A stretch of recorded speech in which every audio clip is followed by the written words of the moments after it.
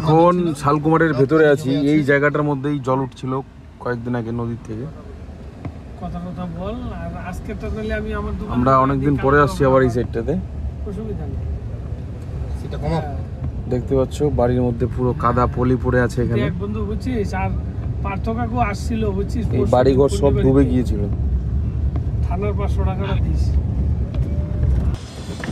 এই যে দেখুন সেই জায়গার অবস্থা, জলেই জল ছিল, এইসব জায়গা ডুবে ছিল। হ্যাঁ ঠিক আছে, আমার যাই হোক, আমি কখন না করছি কেন শিবু সাথ ধরে বুঝিস না এই কথাটা। এখন উনি আমার এই জায়গা পুরো জলের স্রোত গিয়েছে এদিক দিয়ে বয়ে।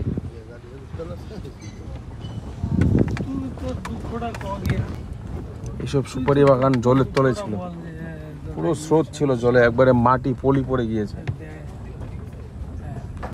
সুপারি বাগানে দেখো মোটামুটি 1 কোমর লেয়ার পড়েছে মাটির, পলিয়ার আর কি। সুপারি চাষ ভালো হবে, কিন্তু বন্যার ভয়াবহ অবস্থা, পরিণতি। এই সেই জায়গায় চলে আসি যেখানে বন্যায় ভেঙে চুরমার করে দিয়েছে সব কিছু। আর এদিক দিয়ে জল ঢুকে পড়েছে পুরো শালকুমার আমাদের গ্রামাঞ্চলে। এটা হচ্ছে নদীর বান, ওই জায়গাটায় ভেঙে সব জল এদিক দিয়ে ঢুকে শালকুমার অঞ্চলে প্রবেশ করেছে সব।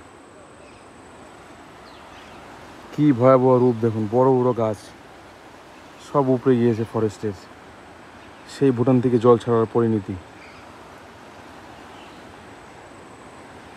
এই স্পটেই আছি এখন আমরা। কালারটা কি ভিডিও সেই। আজকে আমরা